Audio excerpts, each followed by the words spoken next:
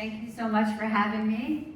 Thank you for the introduction and for all your help in preparing for this, Kristen. I really appreciate everybody coming out tonight, especially given the weather. It's freezing, it's snowing, and but this is really important stuff. Executive functioning is a very hot topic right now, and I'm really glad that you're interested in learning more about it and how we can help our kids. So, first I want to get a gauge of who's here tonight. So how many of you are parents in the Westfield School District? Okay. And how many of you are teachers? Any teachers? Okay, great. And administrators? Anyone? Okay, great, thank you. So first of all, I just want to define executive functioning. Basically, the most simple definition I could find for a very elaborate concept is executive functioning is self-direction for a future goal. Okay, so there are two parts of that that can be very challenging. One is self-direction. So that means internally cueing yourself instead of relying on external instructions from a parent or a teacher, for instance. And then future goals. That's the ability to mentally time travel and envision a desired outcome. That's a pretty big task in itself for many of our kids. To think about something that hasn't yet happened, that you want to happen, and then to plan how to get there. So in order to do this, we need planning, focusing, and follow through. Again, it's a lot for many, many kids. So the main components of executive functioning are listed up here, and I'm just going to briefly explain each of them. I also want to say that I could really go on and on about each thing on every slide, but I'm going to keep this as compact as possible, but if you need further explanation, please don't hesitate to ask. So in order to function effectively, we need a good working memory, which is the ability to hold information in your mind while completing tasks, okay? Task initiation, that's the ability to start a project on time and without procrastination. Organization is the ability to arrange things in a way that makes sense. Planning and prioritizing, it's the ability to make plans and decide what's most important, second most important, and etc. Emotional control, that's pretty self-explanatory, but that's a big part of executive functioning. Impulse control is to stop and think before acting, which can be very challenging for many kids.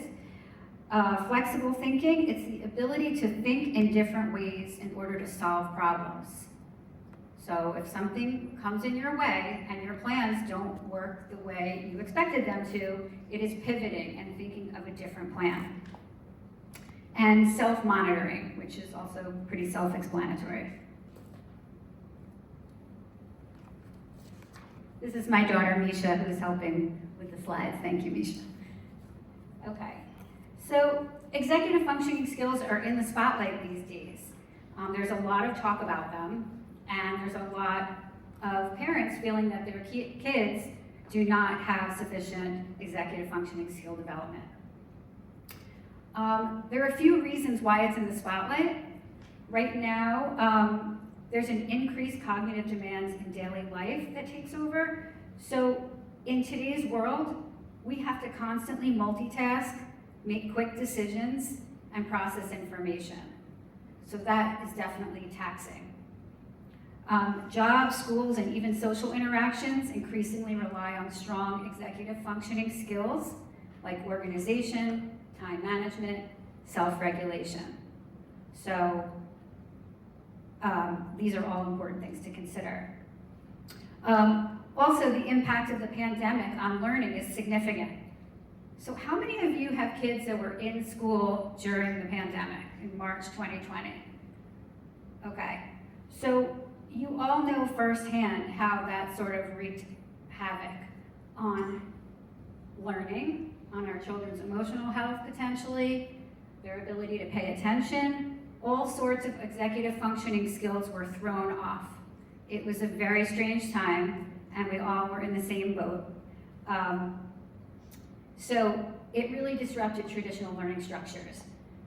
And many students lost the opportunities to develop executive functioning skills because of remote learning, lack of structured schedules, like no matter how hard we tried at home to make a schedule for every day, like lunchtime, log on, homework, maybe a little outdoor activity once it got warmer, but it was really hard to create a structure at home and do homeschooling, especially when, as parents, many of us were anxious about the entire situation. And there was a lack of teacher support. Teachers were doing the best they could, but they were really thrown into a tough situation also. So as a result, educators and parents are seeing long-term executive functioning deficits in students today. And I believe that a lot of this is because of the abnormal schooling that happened in 2020 to about 2022. Also, during COVID, I don't have to tell you how bizarre it was to go from paper and pencil learning to platforms like Google Classroom, Canvas, Schoology, other ones that I'm still learning because schools are still using these. So, is this the best route? I do not know, but it is what everybody was forced to get used to really quickly. There's a pretty steep learning curve at first that is continuing today. So, how many of your kids do their homework but don't get credit because they did not submit it, turn it in, hand it in, or anything like that? Okay, this is a very common thing that happens. I see it every day in my office with the kids that come to my office. Because on top of learning the difficult math lesson, science, whatever it is, they now have to sit there and think, well, how am I supposed to get this to my teacher? And it's a whole different set of skills that are needed in order to digitally be successful in school.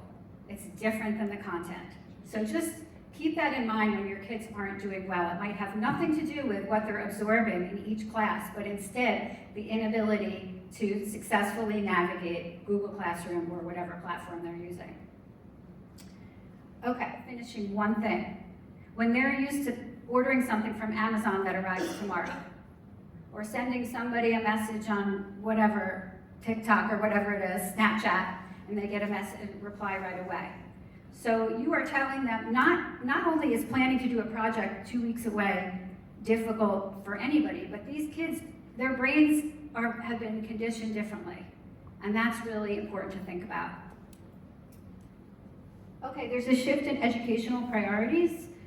So schools are now recognizing the importance of teaching these skills rather than assuming that the kids can acquire them naturally. So some schools are incorporating executive functioning strategies like structured routines, brain breaks, movement activities, things like that into their classroom. And also the workplace and college readiness concerns.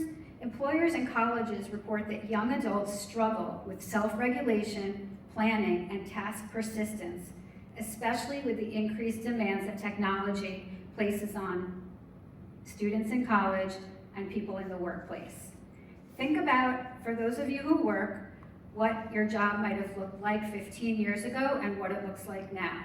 Probably a significant difference with much more technology incorporated. And again, that's a whole other area that needs to be learned by many people. Okay, thank you. Okay, so what can you do at home as parents and caregivers? There are plenty of practical strategies, but here are some of them. Okay, model and teach executive functioning skills. Raise your hand if you have your own executive functioning challenges.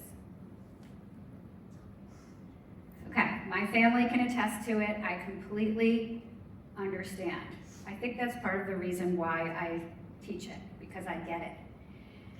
But it is important to refine your own skills and to be a good role model for your kids. So One thing you can do is to talk through your thinking, and for example, with your kids, you might want to say, I have a lot to do today, so I'm going to make a list and start with the hardest thing first. Let me think, what is the hardest thing here? Is it the thing that's going to take me the longest amount of time, or is it the thing that's going to take me the most brain power? And that's something you can talk with your child about, and maybe you guys can figure it out together.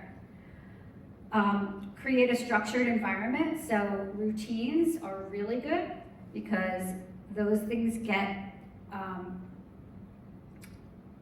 remembered, and then you don't have to figure everything out every day, right? Routines are really good for executive functioning skills. So regular morning, homework, and bedtime routines. Also visual schedules like calendars, checklists, and planners. I know having a big calendar on the wall helps a lot of families, and you can color code what each child has for the week or the month.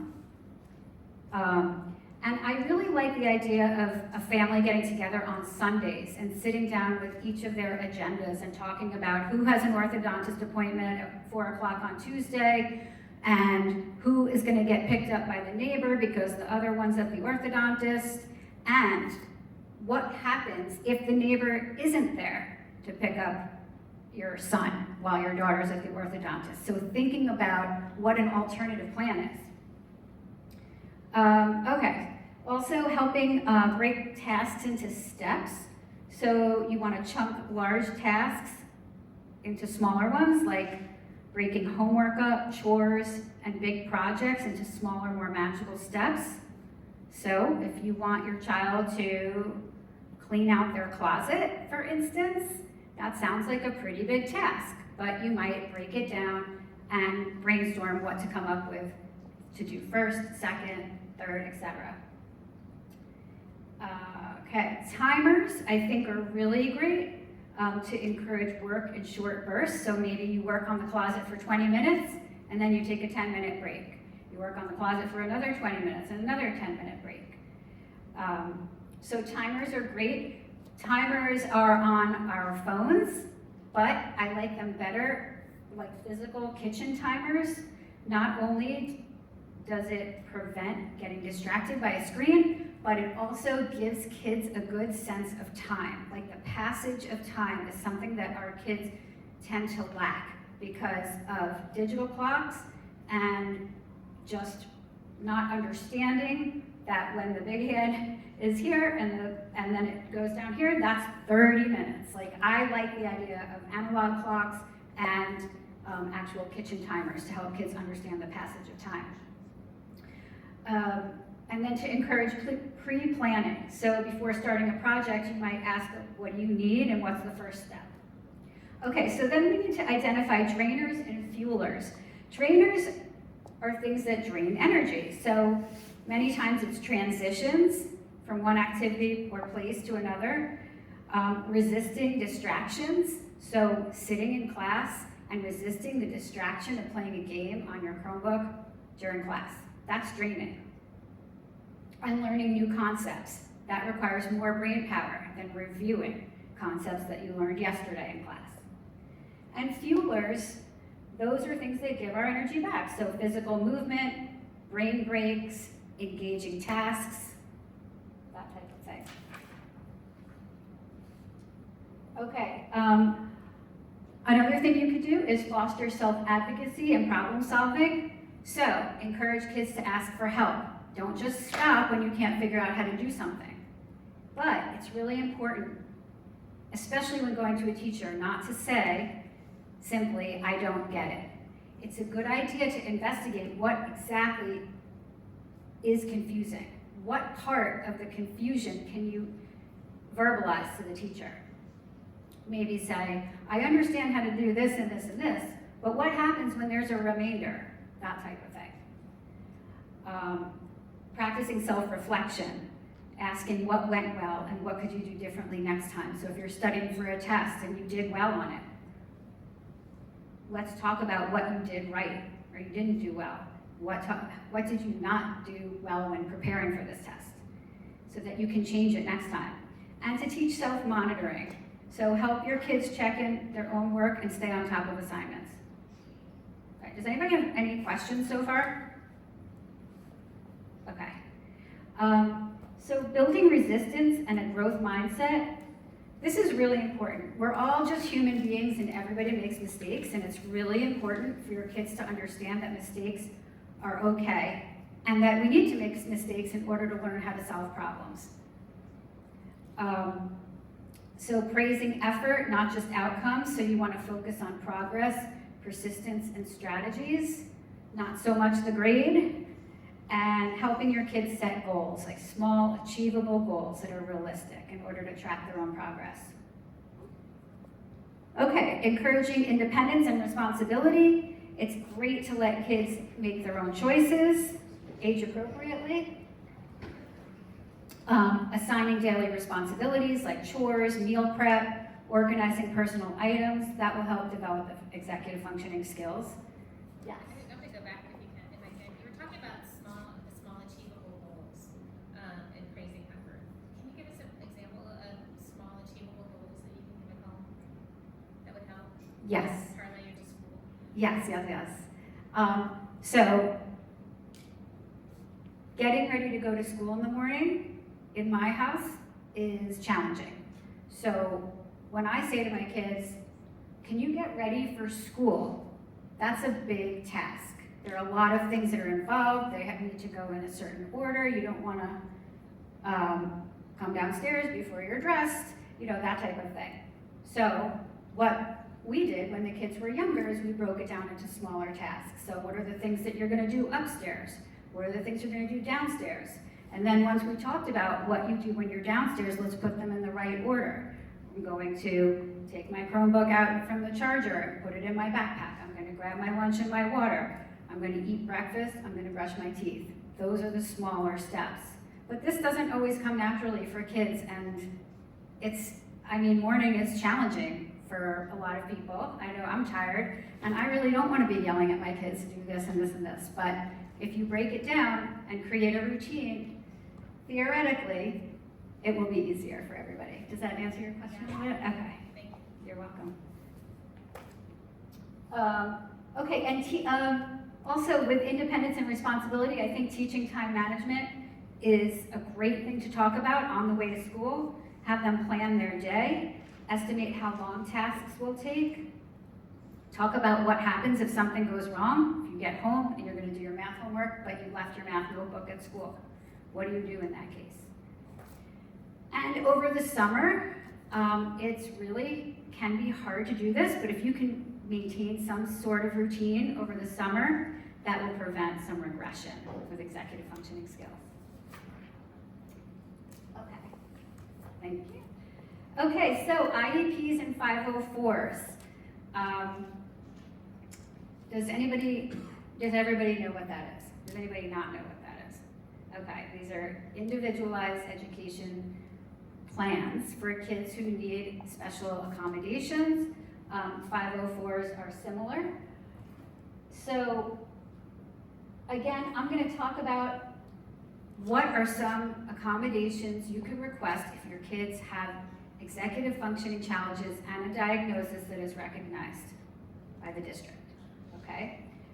So teachers have a lot of things to worry about, so you certainly can't ask for all of these. Okay, so for emotional and behavioral regulation, here are some accommodations you might want to request. Self-monitoring tools, those are like checklists or reflection sheets for tracking work completion and emotional regulation. Okay, schedule breaks for emotional regulation, so if kids are overwhelmed, I think the older kids might want to step out and take a brain break. For the younger kids, maybe the teacher would recognize when a student needs a break. Explicit instruction and self-advocacy, so again, teaching students how to recognize when they're confused or need help, that's the first step, and then asking for help in an effective way. And then access to a counselor or support staff. So scheduled or as needed check-ins for emotional or organizational support. Okay? I know that the middle schools and high schools have some of this in Westfield, which is great.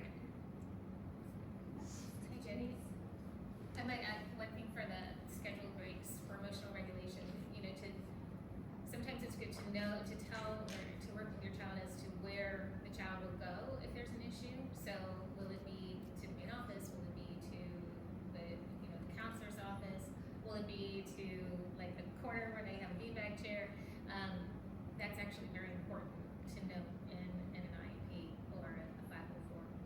Yes, to be as specific as possible with those breaks. Right.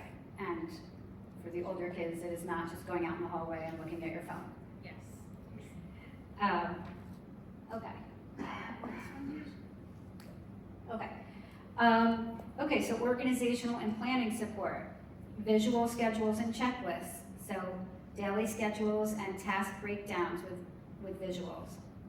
Color-coded folders and binders. So that can help with organization of materials. Agendas or planners or digital reminders to track homework and due dates and to help manage time.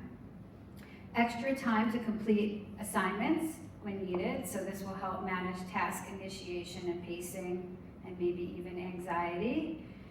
And breaking tasks into smaller steps, clear step-by-step instructions for multi-step assignments.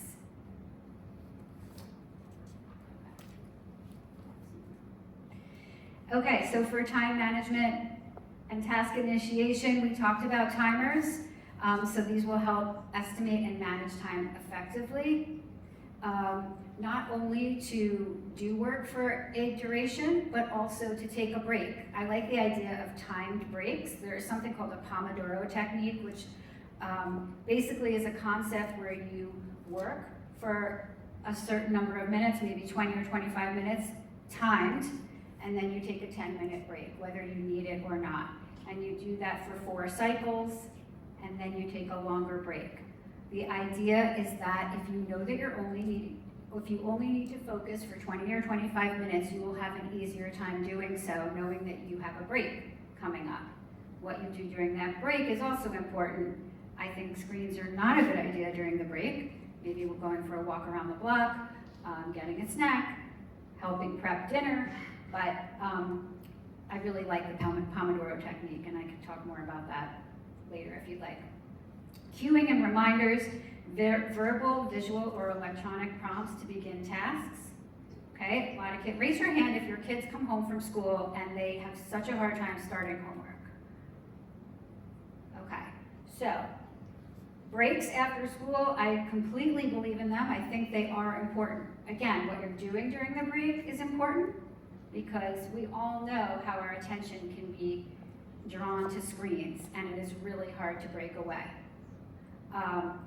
I think it's a good idea to come home from school. If you need a break, set a timer. Maybe you start your work at 4 o'clock. You set a timer or an alarm clock for 4 o'clock, it's time to start work. Hopefully that works and your child becomes independent and can start their work right away. I have other suggestions if you don't think that might work for your child. Cueing and reminders, verbal, visual, or electronic prompts to begin tasks, scheduled check-ins, teacher or aide assists with planning and prioritization, and flexible deadlines, again, allowing deadline extensions as needed. Okay, attention and focus support. This is tricky. Okay, preferential seating. Most kids don't like to sit in the front or closest to the teacher, but I think it's a really good idea for kids who have trouble paying attention. Also, important to consider, you might want to have your child sit away from bulletin boards on the walls that have a lot of things on them to look at, windows and doors, especially when kids are walking by and making noise in the hallway. These are all things that can take away attention from a teacher. Okay, frequent movement breaks, so maybe brain breaks every once in a while. So a teacher could stop teaching for a little while, especially when a new concept is presented. So we talked about that being a drainer. When you have new concepts, it might be a good idea to allow students a few extra minutes to sort of let it sink in, marinate, think about what they just learned before just continuing to teach. And some kids really benefit from quiet time to learn something. It's not like everybody learns from somebody talking at them the whole time, the way I am tonight, actually. But, so anybody have any questions? Speaking of which? No? Okay. If we had time, I would let some of this marinate, but we don't really have that much time. Okay, alternative testing environments, quiet, low distraction setting for assessments, self-monitoring tools like checklists or charts for tracking focus and self-awareness of if you are paying attention, because a lot of kids become distracted and don't even realize it. So being aware of when you're distracted is really important also. Okay. Executive functioning skills instruction. It'd be great if schools could teach this. I know that, first of all, direct instruction might include lessons on organization, self-monitoring, and time management. There are some teachers in the middle schools in Westfield who actually require their students to keep a table of contents in their subject section in the binder. So there is a page in the front of their section that lists page 1, and every student needs to write page 1, syllabus, or whatever the plan for the year. Page 2, diagram of cells. And as the year goes on, every time the teacher gives a paper for the notebook, the kids list the title of the page, and in theory, by the end of the semester, everybody should have every page in the right order in that section and a table of contents. I love that. Does it take extra time away from the science lesson? Yes, but this is a great way to incorporate teaching executive functioning skills to those kids who it doesn't come naturally for. And this teacher, one teacher in particular is a 6th grade teacher, which I think is like a great year to do that. It's their first year in middle school, first time changing classes. So I really like that. Okay, practice with goal setting and reflection. So teaching kids how to think about goals, like even on the first day of school, saying like, what is your goal in science class for this year? Maybe your child has no goals, so you could brainstorm what some goals are. And then evaluating progress, like periodically throughout the year. It's just raising awareness of executive functioning skills. Visual cues and prompts. So maybe in classrooms posting the schedule for the day. I know some classrooms have that, but it would be great if all of them did. And transitions, like how much time you have to get from A to B. Pre-teaching and review of new concepts. So I love the idea of this. So I think it's a great idea when teachers provide a lesson before it actually happens. So that way, a child can go home and look at what they're going to learn the next day. That way they're not hearing it for the first time, and I think it really can help some processing of new information. Yes? So I'm thinking about some of the things you were saying, and I'm thinking about the day that the kids experience here in school, in Edison, the school we're sitting in. 9 periods, relatively short, 3 minutes to get from one to the other, one end of school to the other, pack up, unpack, sit down, all that. And I'm just thinking, that's a lot of context switching during the day. Like it just, based on what you're saying, I'm suddenly realizing that's got to be making this really, really hard. Those are all drainers. Yeah. Packing up, making sure you have everything, making sure you know what the homework is, saying hi to somebody in the hall as you're rushing to the next class. Yeah, absolutely. So I know that the block system is being incorporated next year in the high school. I'm not sure if it's in the middle school as well, but I'm excited about the block system for next year. Sorry, Yeah. I've heard that a couple of times, and I still don't know what that actually means. But does that mean longer periods? Yes. Oh, okay. It means longer periods, and I think there is a rotation. I'm not actually exactly sure, but Scotch Plains has it now, and it seems, and Cranford, yeah, it seems to be effective. So looking forward to that. Yes. Have you seen any schools, districts, effectively bring it into their curriculum to teach kids executive function? Like 6th grade, how great would it be to have a class that teaches the kids, like I paid you to teach my kid how to organize their money, but how great would it be to have that set up and ready in our schools for these kids? And not just, you're talking about the special ed community now, but like. For everybody. Every, Yeah. have you seen it be successfully incorporated into curriculum anywhere? I have not in public schools, really, but no. So the answer is not really in public schools. In private schools, yes. How are they doing it in private schools? Can they learn from? I have seen things work. So Newmark is a school in Scotch Plains. It's private, affiliated with Westfield. I believe you need to get recommended to go there. But they have, I believe, I'm like 90% sure on this, not 100, but I believe that at the beginning of high school, everybody is required to have the same binder, the same folders, the same color for each subject. And I have some information. I was going to talk about that later. They have a system that they all follow initially. I don't know how many years they follow that for. It seems to be working well. It is a special needs school. You have to qualify to get in there. So I don't think that's realistic in a public high school to have everybody with the same binder, same folder, same. I do like in elementary school how you can, you know how in Westfield you can get those like, you pay X number of dollars and you get all the supplies delivered to the desk on the first day? That would be great, but not everybody wants to pay that, and not everybody can pay that for those supplies. So, you know, I don't know what the answer is.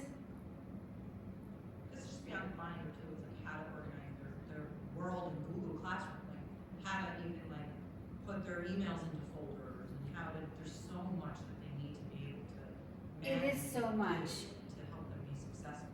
And there are kids who, yeah, I mean, there are kids that are studying, they come to me and they're like, well, we didn't get a study guide and I don't know how to study for this test. And I'm thinking, you're in 6th grade, are you sure there's not a study guide? And we invested, like we search on Google Classroom and we found it. It's usually there. It's there, but it's like, so the teachers who were giving Google Classroom at the beginning of COVID, a lot of them, I feel like are still maybe learning how to use it, and there's inconsistencies. So where one teacher puts a study guide is not the same place another teacher puts a study guide. So really have to learn the teachers, but that's life also, right? You're gonna have different professors in college if that's where you decide to go. You're gonna have different bosses. You have to do things differently for, report to one this way and report to another way. I don't have a solution. I really don't, but I have some ideas, but it's a good question. It's a lot. It's a lot for these kids, for sure. Okay. So yeah, the idea of pre-teaching, I love that one though. Yes. I just wanted to know, in your experience, have you used any self-monitoring tools for kids to make them realize that they're losing attention and has worked for you? Like, what kind of self-monitoring tools have you been successful with? So it really depends on the child. It depends the age, it depends the setting. I have a zillion questions that I go through with each of the students that I work with to get to the bottom of what is happening. And I might even ask to communicate with the teacher, like, what do you notice?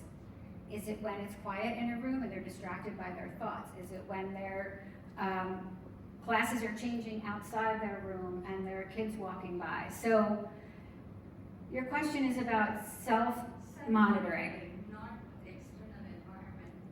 Mhm. Like, how would you make the child understand that I'm getting distracted? The first step is awareness. Yeah. So What kind of tool that for others is fine? So the first thing I would do is to raise awareness for the child to understand what happens when I lose attention to the teacher.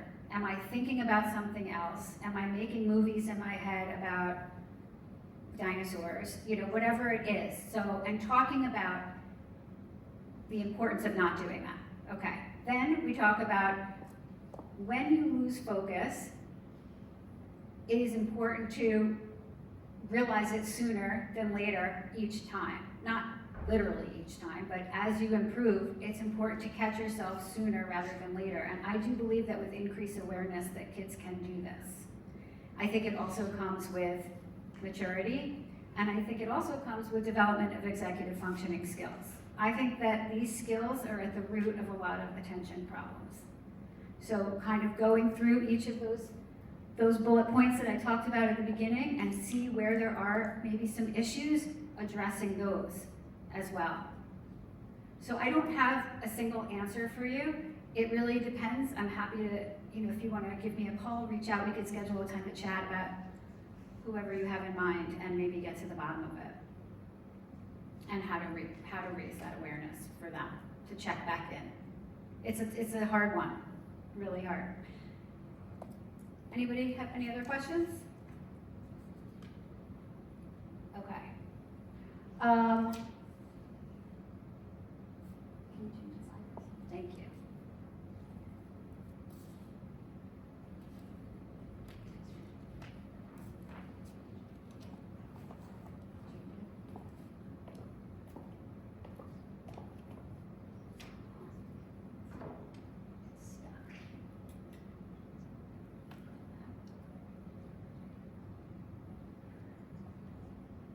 Okay, there we go. Okay, communication with the schools.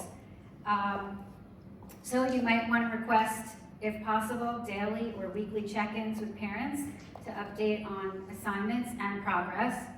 Homework communication systems, so for the teacher to communicate to the parents what they expect for assignments and deadlines, and collaboration with the school counselor or special education staff. So just to ensure that, let's say the child is in middle school, that the teachers that the child sees every day are tuned into what is going on with this child and what he or she might need.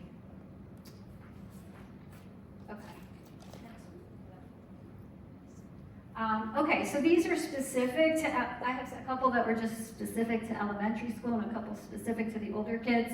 For social emotional learning supports, in elementary school, again, the breaks for emotional regulation, this keeps coming up. I know it's a little repetitive, but it just applies to so many different kids. It really time to reset when they're overwhelmed. And social emotional, I'm reading these backwards. Frequent movement breaks could be really helpful for the younger kids. And then for middle and high school, the use of timers or structured work periods like a study hall might be a good thing for kids to have at the end of the day. I know the high school offers a academic lab to sort of get your act together before you go home. Make sure you have the books that you need. Make sure you know what you have for homework in each class. If you don't know, you can find a teacher if they're not teaching at that time. And also, those older kids really need clear deadlines and advance notice. So even months in advance to know what's coming up. What you just said actually answered the question I asked before, like having that period, that study period, to have a teacher there being like, okay, what is your homework? Helping them to plan is like, what would be the dream? Right. Would be the dream. But you have to have ninth period free. You have to have a free period. Yeah. Or I have my idea of what the dream is. Yes. Is a day out of chorus and doing these things. Right. Like, that's more beneficial to my job than being in chorus class. But like, that's the. Yeah. There's so much they need to do in the school day. I just don't know that that's possible. That is So that's, and part of it. yeah. We do have a few my son's he does have to give up a period. Right. Yeah. But you don't, there's,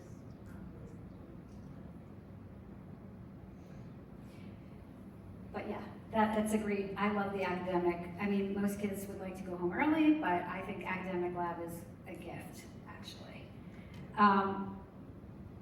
Okay, so I just wanted to talk a little bit about what I've heard is effective.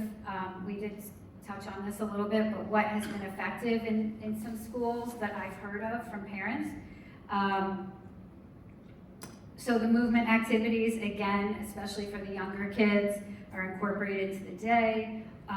strategic breaks for the new concepts. So I really, really like that one when the teacher's teaching something brand new, to sort of let the kids sit there, maybe even talk with somebody next to them about what they just learned, because we all know that when you learn something and then you talk about it, it really gets ingrained better than just hearing about it and moving on to the next class. And I talked to you about the table of contents in Ms. Faye's science class.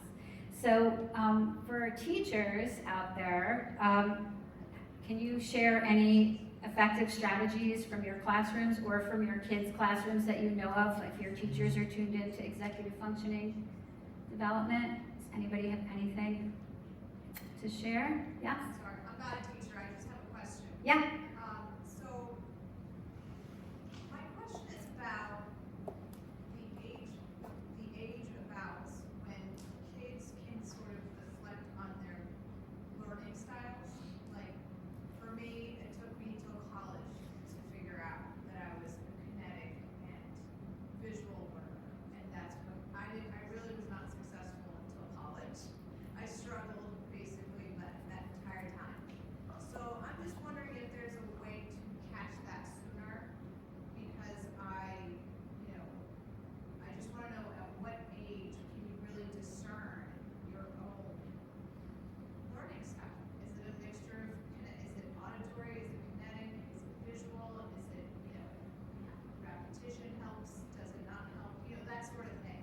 Mm-hmm. Is there sort of a general range where we can start figuring this, helping our child understand the best way they learn? I think it's never too early to help your child understand how they learn best. The question is, when do you start to see it? Yes. And I think, again, it really depends on the child. I teach during the summer an executive functioning boot camp, which is a 2 half-day program to talk about what to expect when you go to middle school or high school. And for many years, I did a learning style inventory with those kids, and it was the right age. They were ready for it. But then I read some research that that's not exactly used anymore, because it's not like you're just an auditory learner, you're just a visual learner, that type of thing. So, but anyway, but more generally speaking, I think the sooner you can start talking to your child to raise awareness about their strengths and areas in needed development, the better. Okay, so just come up with like a Google inventory, learning style inventory, and just have a conversation with them. Because I know that it's a blend. I know it's not all or nothing. I know it's a little bit of this and mostly that, and not so much this. But there's resources out there, and Yeah. the age is fine now. Yeah, you can reach out to me. I'll give you my contact information. I have one you could use. I think it's a good one. Do you still do the 2-day boot camp for I do. high school? Okay. Yeah. I love There's a that. middle school version and then a high school version. Yeah, you're welcome. I didn't announce the dates yet. I have to, gotta pick the dates in, I think I'll do that in April, actually. That's usually when I do it. So, You had asked the teachers if they had. yeah, so does any teachers want to share if they do anything in their classroom to help with executive functioning skills? Okay, well, hopefully you have some good ideas after tonight. I know there are not that many teachers here, so, yeah. The big thing with executive functioning, you mentioned in the beginning, they can't see the end product. They can't visualize what the end product's gonna look like. So to help them, or to be like, what do you look like when you walk out the door? What should you look like when you walk out the door? So instead of like me being brush your teeth, do this, they can visualize it and be able to do it themselves. So in a classroom, you can, what you need to have ready before you leave. What will the project look like when it should be done? They struggle with that, so help them paint that picture. Yes, I love that. And actually, I think some teachers don't do that because they feel like, even in high school, I was helping a high schooler today with a project in marketing class, and it was so hard to understand what the teacher was asking. It was hard for me to understand and hard for him to understand what the teacher was asking for. And I said, did they show any examples of what this is supposed to look like at the end? And he said, no. And I said, well, what do you think you should do? He said, well, I'll just do the best I can. I said, well, how about asking the teacher, like, what do you think of this so far? Is this what you were expecting? The teacher's the one giving you the grade. Like, asking the teacher what they expect is like a really good idea. And I think teachers like that, yes. So, I'm not a teacher, I'm a parent, and maybe I'm the only parent that gets this, but I tend to hear, I don't know why I need to know that. Why do I need to learn that? And I'm just kind of thinking based on what you're saying, like that, visualizing the end product, part of that might just be, why is it good for you to learn this thing I'm about to teach you? How is that going to help you in your life? Because otherwise, they're just thinking, why am I sitting here through this? It's a great idea. Yeah, I love that. Teaching kids why they're doing something. Maybe it will make them a little bit more motivated. So it's hard for me to come up with an answer when they ask about algebra. They ask me that often. Why do we have to do math and letters? Okay, so, can you turn the slide? Yeah. Okay, so here are some resources you all might want to take a look at. And certainly if you'd like a copy of this PowerPoint, I'm happy to give it to you so you don't have to write all this down. The first book up there, Seeds of Learning, was written by Tara Sumter. She's amazing in the world of executive functioning. If you are on social media, I encourage you to follow her on Instagram. I learn so much from her every day. She's a speech-language pathologist, so I'm biased, but she just really ties everything in together in a way that makes perfect sense. She thinks executive functioning skills are at the root of every learning difference that everybody has. So if you have an auditory processing disorder, take a look at the executive functioning skills that are required to listen and process auditory information. And you might see that if you target some of those things in executive functioning skills, it will actually help your auditory processing. Same with attention. It's fascinating. I love her. And those websites that I listed are also great. And then some tools you might want to get for home or for your kids. Those timers I talked about, the kitchen timers I love. An agenda and a planner I think is essential. And raise your hand if your child has an agenda that they do not use. Okay. And raise your hand if your child does not even have an agenda. Okay. So I read on Facebook the other day in Westfield Special Kids, like somebody was writing about, if one more person tells my child to use an agenda, I'm gonna punch somebody in the face. My child does not know how to use an agenda. And of course they don't know how to use an agenda. It doesn't necessarily come naturally to everybody, but you can learn. It's actually, there's an agenda out there by a company called Order Out of Chaos. They sell it on Amazon. There's also a website. The woman who started the company is great. Also, she has these like blogs and videos. I watch them all the time.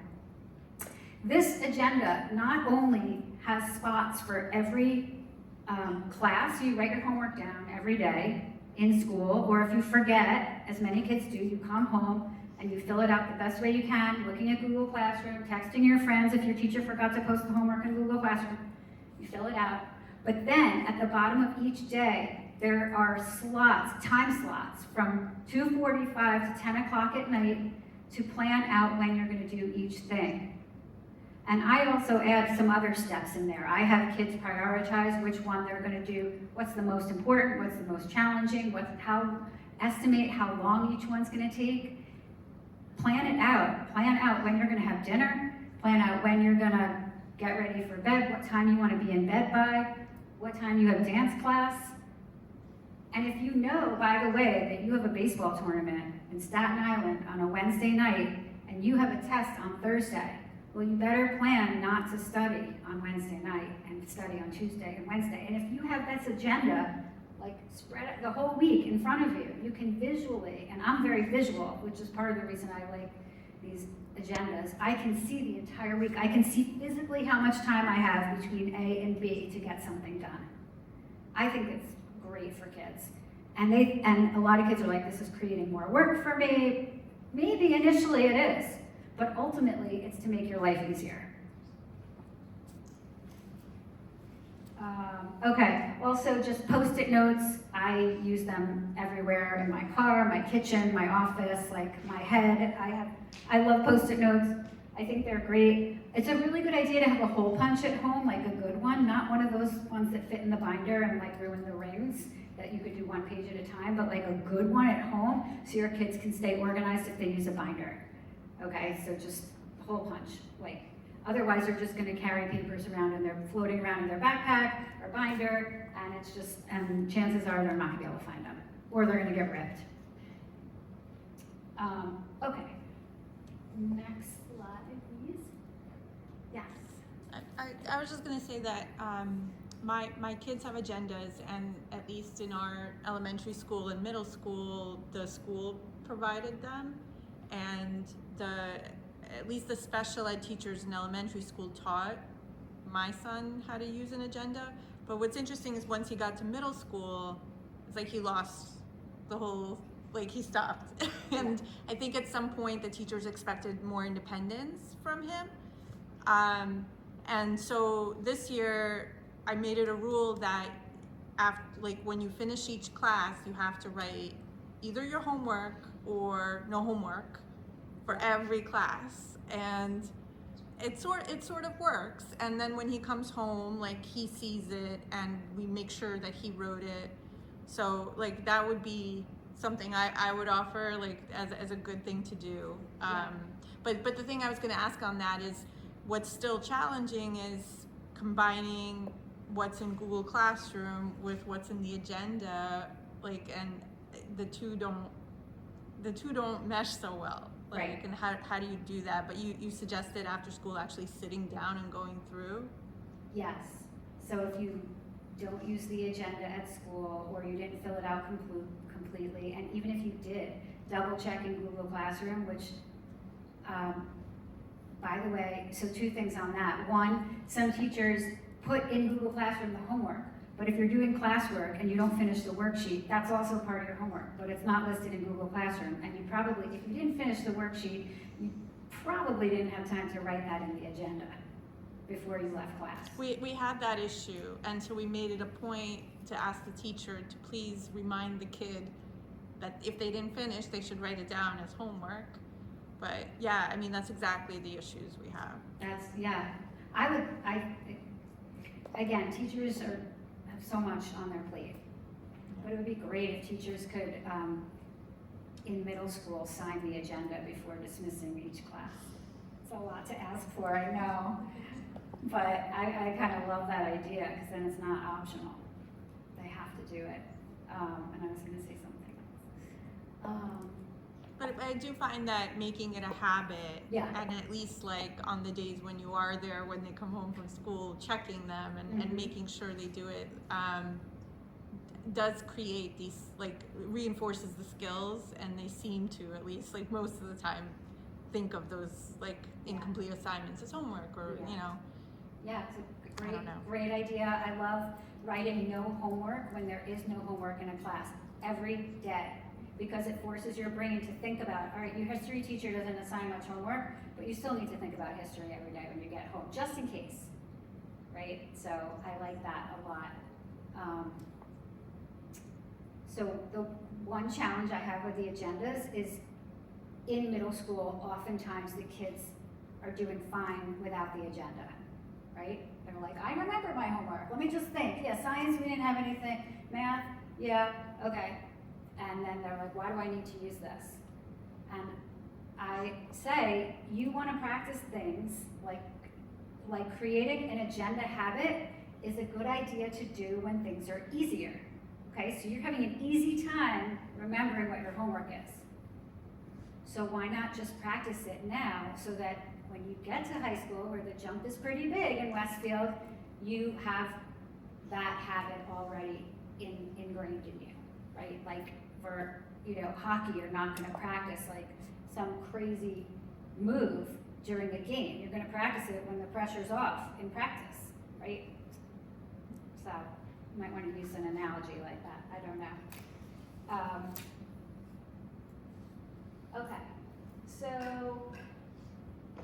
Okay, so I just wanted to say motivation. Kids some parents bring their kids to my office and they're like, my kid just doesn't care. Can you help me?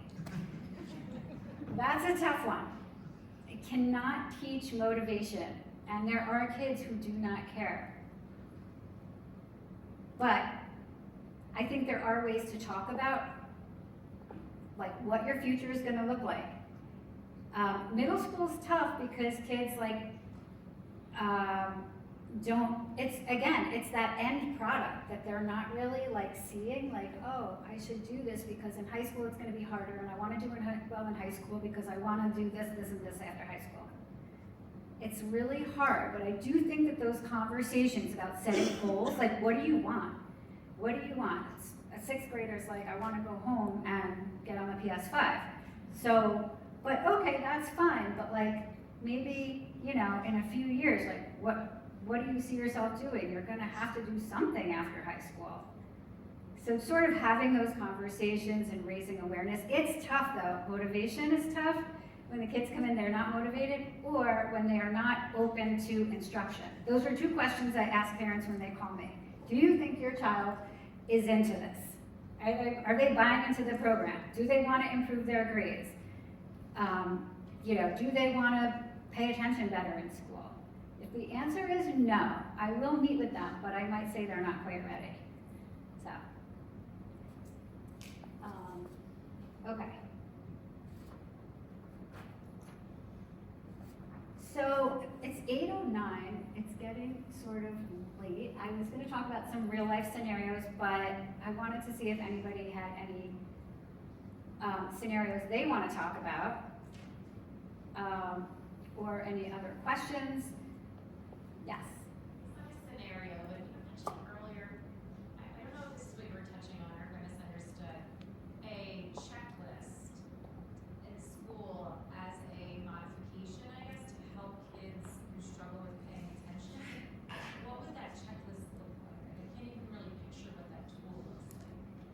So again, it really depends on the child, but with an increase in awareness of when they are paying attention versus when they're distracted. Okay, so it was that piece you were saying earlier. Got it. Yeah, and just sort of self-monitoring, like, oh, I caught myself spacing out at this time. I would say time, class, what was happening, was it classwork, was it teacher lecture?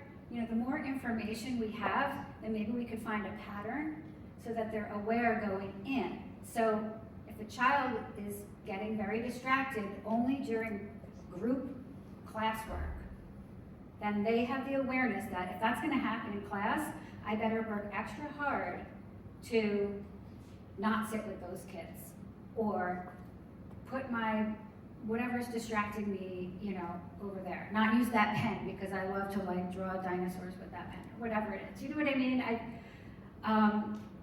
more like a food journal almost, but like for paying attention. Yes, so that they're starting to monitor, self-monitor, self-regulate, increase awareness. Thank you. Sure. Eli, what do you think of timing? Should we have maybe a couple minutes for scenarios?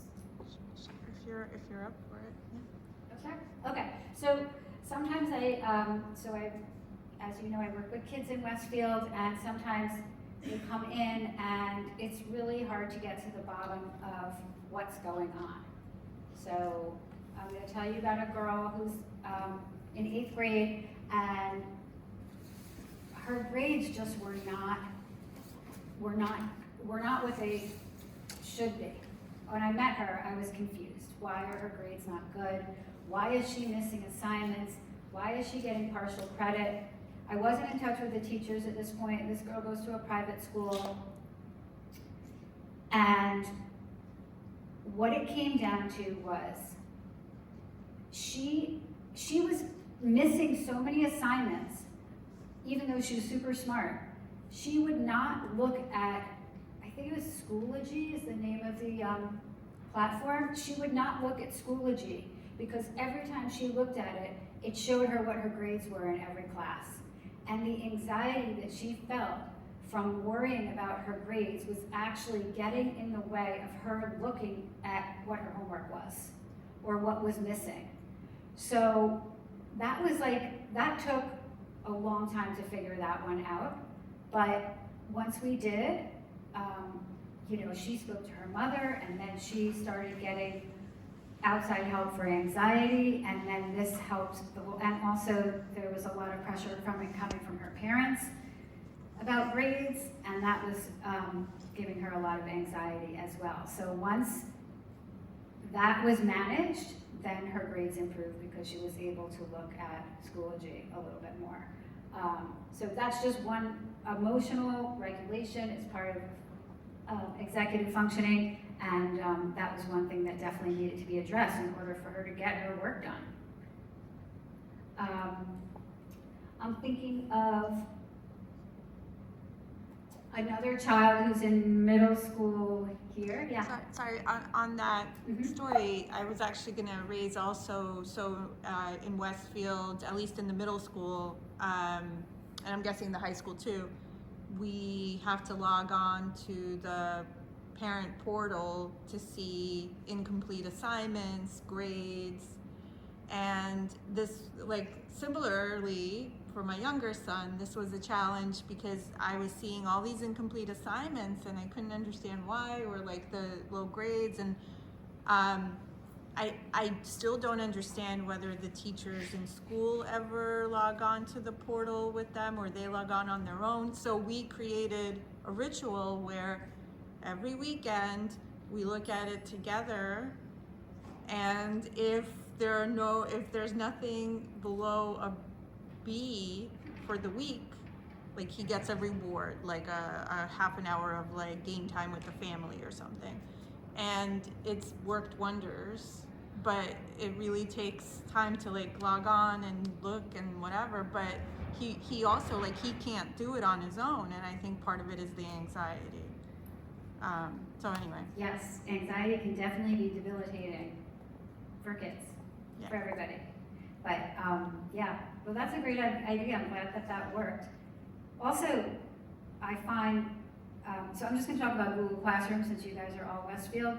So on Google Classroom, I always say you have to look at it says to do, and then there's coming up, stuff that's coming up, and stuff that's missing, and then there's stuff that's completed. And kids often don't look in the missing section, and when they do, they'll say like, I did that, I did that, I did that. And I said, okay, well, it says that you didn't. Well, then they have to open it up, see if it's completed. If it is completed, then they have to hit turn done. They're like, okay, I'm done. And then I'll say like, well, you might want to communicate with the teacher because now it's late. I know you did it before it was late, but this is not you not understanding what the assignment was. This is you forgetting or not understanding how to submit this. Because actually, on Google Classroom, sometimes you have to print something out and hand it to a teacher. And it still says incomplete. It says it's not complete when you look at the to-do list. It's important to look at this every day, the to-do list, if your child is not doing well, and get to the bottom of whether these missing assignments actually were completed, and if they were completed, does the teacher know that they were completed, right? And then, if you log into Genesis, it might say 0 for other things. So I think emailing teachers after school is really a good idea, to take ownership and help your child, like formulate a well thought out email for the teachers and say, listen, I'm really sorry, I understand what we're doing, I worked on this, I submitted it, I thought I submitted it, I guess I didn't. Can you accept it for late, partial credit for late? Because a lot of kids actually that I work with are like, oh well, I forgot to submit it, there goes that grade. Well no, you can actually communicate with teachers. They are just people. And I think they would appreciate it if you reached out to them. Some kids don't like to talk face-to-face to teachers, they're intimidated, so we talk about emails, that sort of thing. So yeah, I was actually, to that point, I was just about to talk about this other child who, he too was just very, very disorganized. He always did his homework, but he could not find it anywhere. He could not find his homework, and I didn't have a solution, and his mother didn't have a solution, and she said, I'm really disorganized, I can't keep track of his homework. And we revamped his whole organization system. We created a checklist that he needs to follow after school to make sure that he is coming home, having a snack, and having that downtime. Starting his homework at 3:45. Okay, the first thing that you do when you start your homework, and yes, this is part of your homework, is updating your agenda. Estimating how long each thing will take. Prioritizing. Putting it, I would have him text me daily. I wanted to see the timeline that he created for himself for each day. And eventually he stopped coming. I don't know if I'll see him again. Maybe, it happens, but hopefully not. That's the goal, to get everybody out of my office. This goes with your other statement of breaking things down to smaller tasks. Like, imagining my son doing his agenda every day is overwhelming even to me. And I'm like, we could do this in smaller tasks if the first month I'm doing it and he's watching me do it. And the next month he's responsible for half of it and I'm responsible for it. Like, it's gotta be chunked Right, to get him eventually redoing it. yes, So yes, yes, that's, we will be leaving here doing it. yeah. And after a long day of school, it's a lot. The binder doesn't work for us. It's too much, it's too overwhelming. So he just has one folder. And last year when he got home, we did it together, and now he can himself take everything out of that one folder and get it in where it's supposed to be. Remind me how old he is? He's in 7th grade. Okay, But like, the 2 binders, you recommend 2 binders. That was a disaster for us. oh, I did? Yet when they go to their locker, because this was, Oh, no, I don't like that. and then we have to combine 1 binder, still doesn't work. Okay. 1 folder. No color, it's just too much. Mm-hmm. And it's unlucky that the paper gets in the 1 folder. So the only thing with one folder is you have to make sure, each month to empty it out. Oh, no, we empty it every day. Oh, When he gets home, he has to empty his folder and get it in the correct places in binder. He just Oh, can't manage that during. I see what you're saying. So there is a binder. Okay, got it. Yeah, that sounds good. But then you have to communicate to teachers, because they're like, you have to put it, he's gonna put it in 1 folder for now. Oh, in 7th grade, they're checking? No, in 6th grade, they Oh. wanted it, Yeah. so. Got it. Yeah. Everybody's different, you know? Trial and And- error, figure out. Yeah. I had a senior last year who was had one massive spiral notebook. And he just wrote notes, it looked like, I didn't even know how he read this. It was just continual text, one subject to the next. And it worked for him.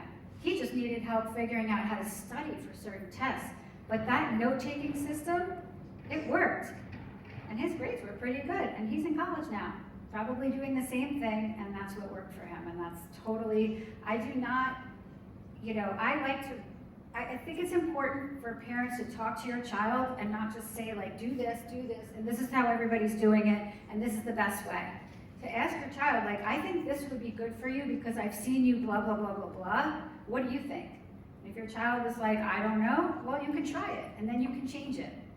It's not it's not a science, it's sort of, and actually kids change over time, so what might have worked in 6th grade might not work in 7th, and probably won't work in high school.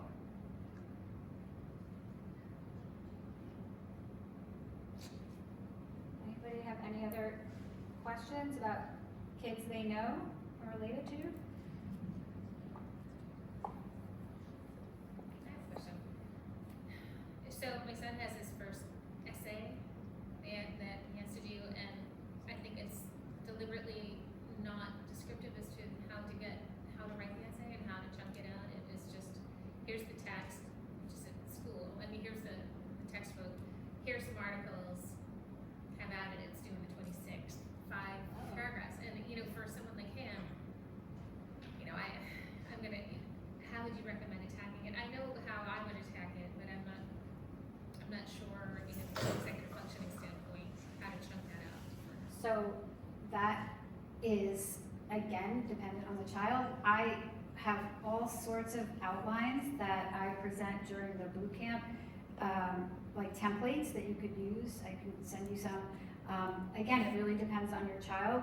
I think that, you know, a traditional outline with, you know, Roman numerals and subcategories, that works for some kids.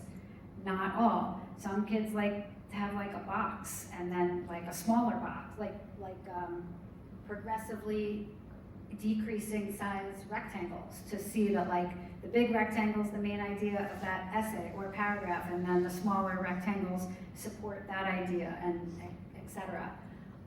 Some kids do better with like a web, so like maybe like a circle and then like spikes coming out with smaller circles of subcategories, and then spikes coming out of those subcategories with details to support that.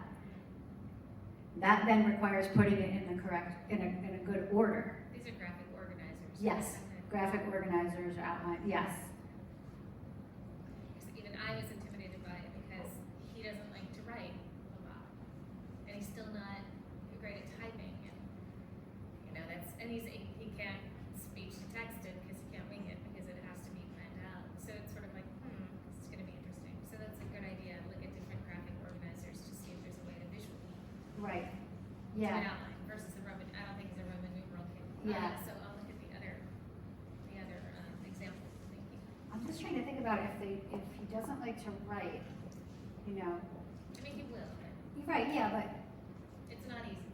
right, and organizing your thoughts for an essay is also not easy. So if he's challenged by writing, how can we make that part easier for him so his thoughts can flow and get into some sort of graphic organizer? So maybe drawing a picture?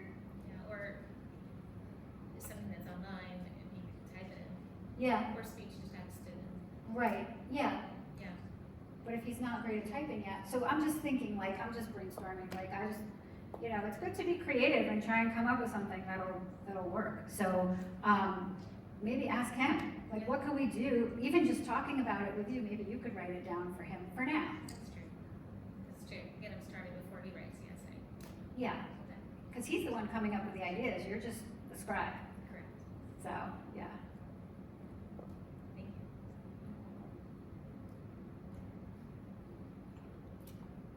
So I think that's all I have for you. So this is my contact information. I have business cards up here. Feel free to reach out anytime. I love this stuff. I'm really passionate about it. I'm always learning. You know, if you want to share some things with me that work for your child, I'd love to know. And I think that executive functioning skills are really, really important to think about when trying to help your child in school. Thank you, Jody. You're welcome.